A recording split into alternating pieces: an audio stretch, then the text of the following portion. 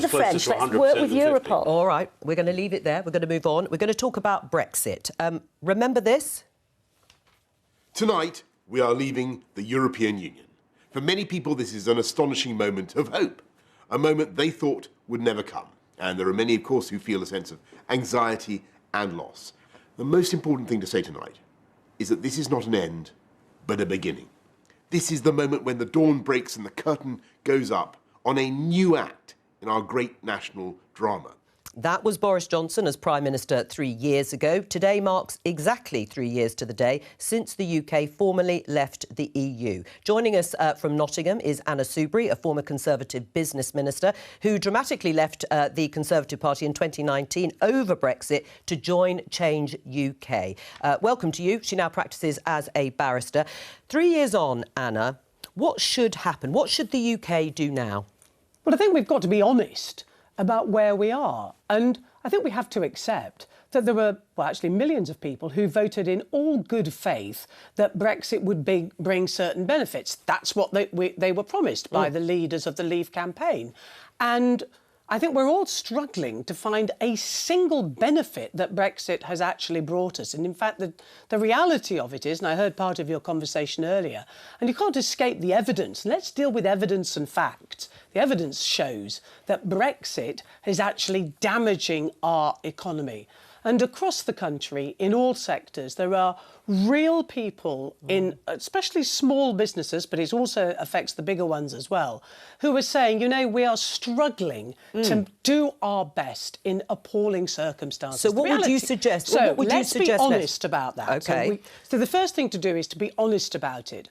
And then we need the government to be honest with the British people and saying, look, with the best will in the world, with the greatest of intentions, this thing isn't working.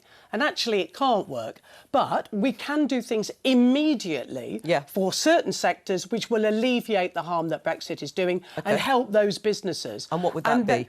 Oh, well, there are lots of rules and regulations at the moment, or things, and we always knew that the Brexit agreement was never done. It would always have some fine-tuning, but, I mean, you can look at veterinary checks as one example, and if you speak to food and drink, who are really struggling out of the single market in particular, there are certain things that you can do to make things better for them. That's short-term. And then in the medium term, you know, we want a government that's just going to fess up to the British people and say, maybe we should be going back into the single market, into a customs union. They're not the silver bullets, but they're certainly better than where we are now. All right, well, that's clear. Being upfront with people about it and why it's...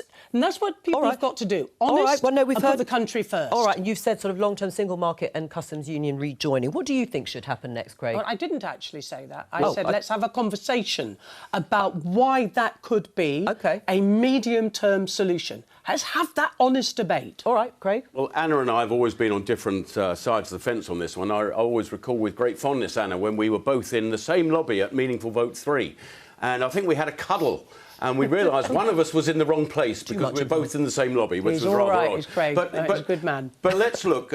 £20 billion a year. We're not giving into the EU budget anymore. You had the COVID recovery fund across the EU of 807 billion euros. We would have been on the thick end of paying a lot of that in, as we've always been a net contributor. We've managed to loosen some of the VAT rules.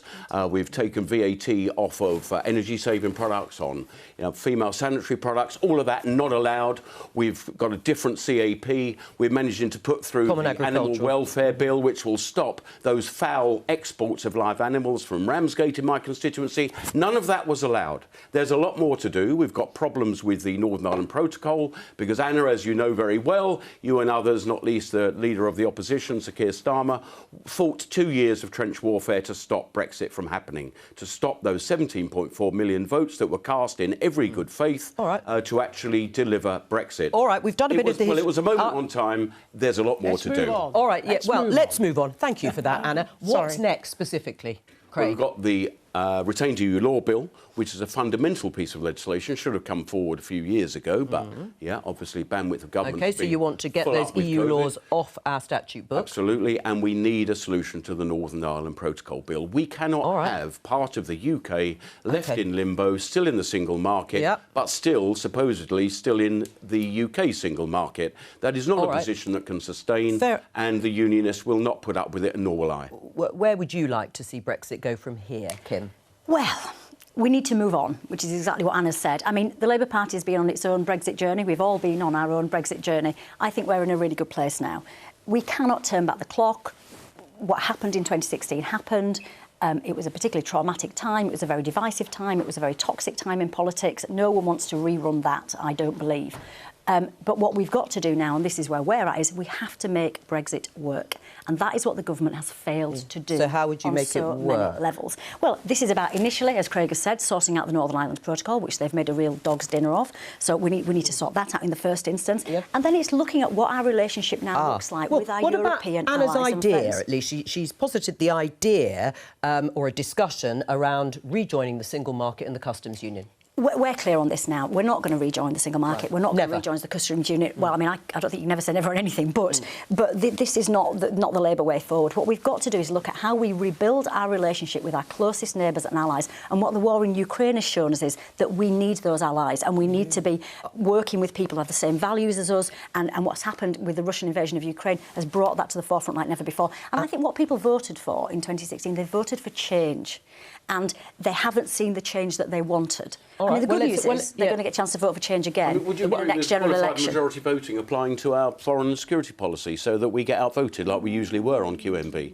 The Elysee 60 years, the Elysee Treaty of 60 years just last week, there were the Germans were proposing that they have QMV across taxation Qualified majority voting. But this is what the EU means. It's a step towards one country, and that's what we're not saying rejoin rejected. The EU. Yeah, but you would probably have parallel friendships and relationships and allies. You wouldn't diverge from what the EU is saying. Well, I know that's the policy. Well, Anna, and your leader fought 2 years to stop Brexit from happening. Stop looking backwards, Craig. Look forward. Right. Well, Anna, you've been shaking your head. I mean, just despair, really, isn't it? Well, what are you despairing at? Well, I mean, not just also people talking across each other, but you're not addressing the real issue. And the real issue is that we were promised economic benefit, and the evidence shows that it's actually harming us. Now, of course, there are other factors: COVID, the war in Ukraine. Those affect all countries. And there's a reason why our country, given the position we are in the G7, is doing worse off than all the other comparable countries. Just let's be honest about it. It's because we've left the European Union, the biggest free market area in the world, right on our doorstep, and the promised benefits haven't happened. And they won't happen. And so instead of having these diversions, which is what... And I do like Craig, and we're good pals, and he's a good man. But these are diversion tactics. Let's concentrate on the evidence. It's not delivering economically. And if you really love your country, as we all do, we want our economy to work. And so we've got to look at how we make it work. And it's not about finding regulations. It's about having an honest debate about the real benefits of the single market. All right. Well, are you disappointed, very briefly, Anna, that Keir Starmer is not even considering it in the way Kim has just said? You are disappointed. And I want Keir Starmer to be our next Prime Minister, because I think the alternatives are deeply awful. We don't want any more of this Conservative government. And I am disappointed in Keir. He knows my views about that. And I wish that he would start to have that honest debate with the British people. Well, let me ask the others. Why, I know, but Anna, let me bring in the others, because you've raised the economics. And Camilla, it's very clear from the OBR, when it comes to trade, that they have said the latest evidence, not a forecast, suggests that Brexit has had a significant adverse effect on UK trade, reducing both overall trade volumes and the number of trading relationships between UK and EU firms, despite the promises of ardent leavers that we would be better off economically. Yeah, and I think leavers are rightly frustrated that there's been glacial progress on some of the reforms that were suggested in the Tigger report, which would perhaps improve that, although equally they point to the fact that the EU's share of trade is declining and that the economic picture hasn't exactly been rosy for the likes of Germany. So I appreciate why Anna Soubry's saying that, because that's always been her position. David Lammy gave a speech last week where he talked about the Shadow Foreign Secretary, very close alignment with the EU. And I get your point, Kim, and I think you know that politically you're going to alienate a huge amount of people that have probably switched from red wall to blue wall to back to red wall come 2024, that you can't possibly say re-entering the EU is a good idea. But there is this fallacy around the EU that it works for all EU countries. No, it doesn't. It works for France and Germany marginally. But at the moment, their economic picture isn't largely favourable to ours. Right, although the OBR, again, the Office for Budget Responsibility, does say that the new trading relationship between the UK and EU will reduce long-run productivity by 4% relative to remaining in the EU. Dahlia, listening to this conversation, Keir Starmer, the Labour leader, has been very clear that actually he doesn't think that going back into the single market would boost economic activity. Well, I think that from this discussion, I think a lot of us have sort of PTSD from the divisive and sort of talking across each other. I think for me, what I find incredibly frustrating is that it felt like a lot of the terms that we left the EU on, and I never believe there should be a second referendum. There's no constitutional democratic case for it. But the fact that so much of this seemed to be about rhetoric, it seemed to be about Boris Johnson constructing some Greek tale of him with himself at the centre, but actually the practicalities, the fine-grained details of how this is going to work was never really explained to us. And when I think about my own sector in higher education, we have taken a massive hit as a result of the loss of funding from the EU for research. Yes. Bearing in mind that UK higher education is probably one of the most competitive things that we have globally. And I don't even mind if the funding doesn't come from the EU, but where is it going to come from? And those issues haven't been dealt with, and we left without those things being planned for. Some people did simply vote because they wanted self-governance. They wanted democracy back. It was a dream.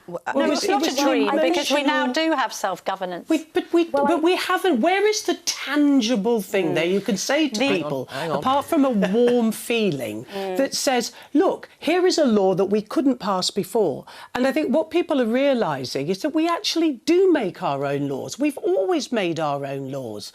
And, you know, so many millions of people have really been sold an absolute pup. Brexit was based on lies. But weirdly, the Commons has moved on from Anna Soubry because the retained EU law bill has passed through the Commons unamended. I mean, goodness knows what's going to happen to it in the unelected upper chamber when the Lords get their hands on it. But, I mean, that's quite... That seems to suggest a degree of parliamentary consensus that Anna, who is no longer in Parliament, doesn't seem to chime with. Anna, well, I'm going to get Anna I'm actually in the real world, and all I know is this. Oh, so politicians aren't in the real world, OK. No. You were one once, Anna. Often, yes. Can I just finish? Yes, that is true, actually. You can be absolutely in a Westminster bubble. Not all politicians are like that. I don't actually think Craig, for example, is in a Westminster bubble. I think he is somebody who does live in more of the real world. All I know is that the majority, just about, of my friends, and they're not involved in politics, voted for Brexit.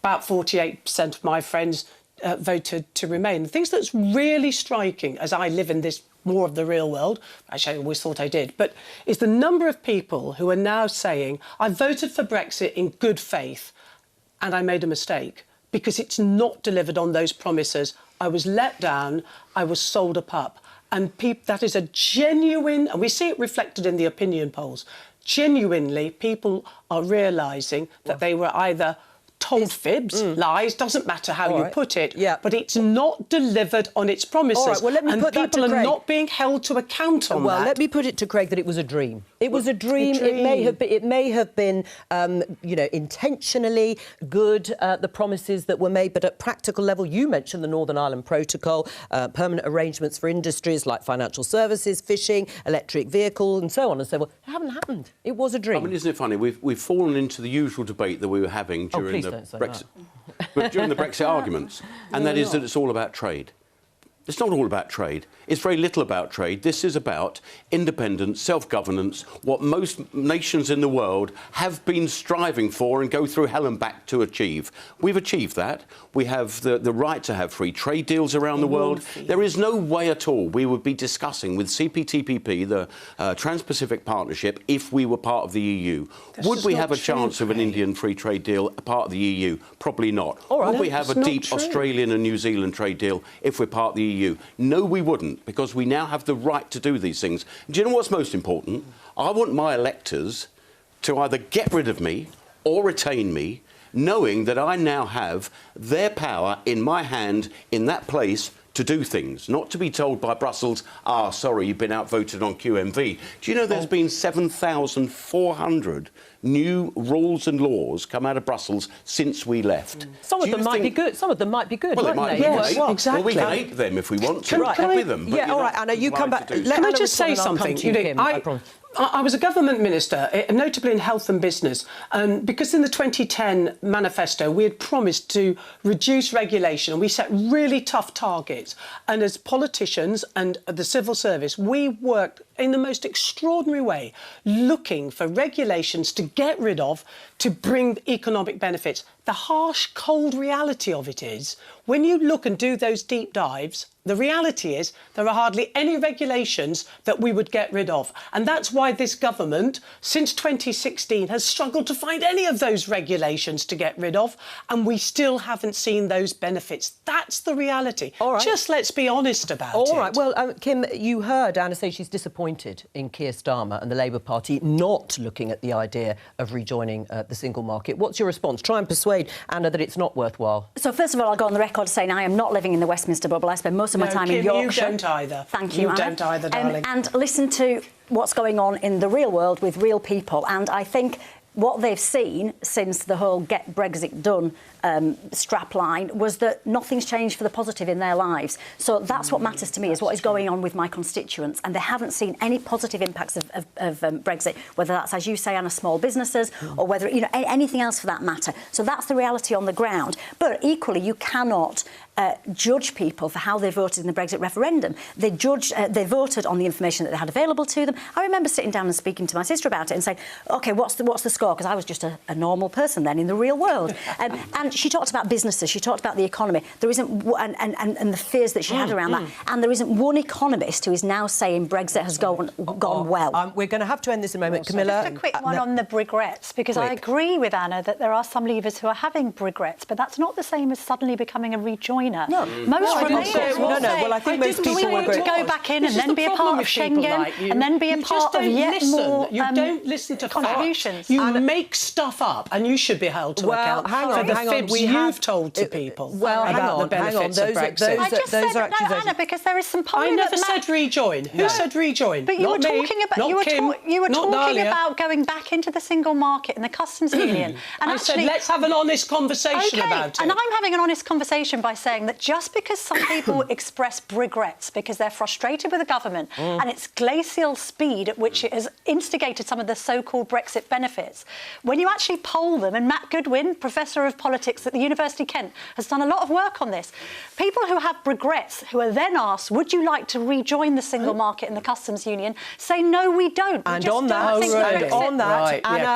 we've had a proper debate about what the single market is what the and the benefits of it. And the benefits of it. Everyone have an honest debate. I'm not going to let it become the good honest. Anna Soubry, thank you very much for joining us today for this, hopefully, honest debate.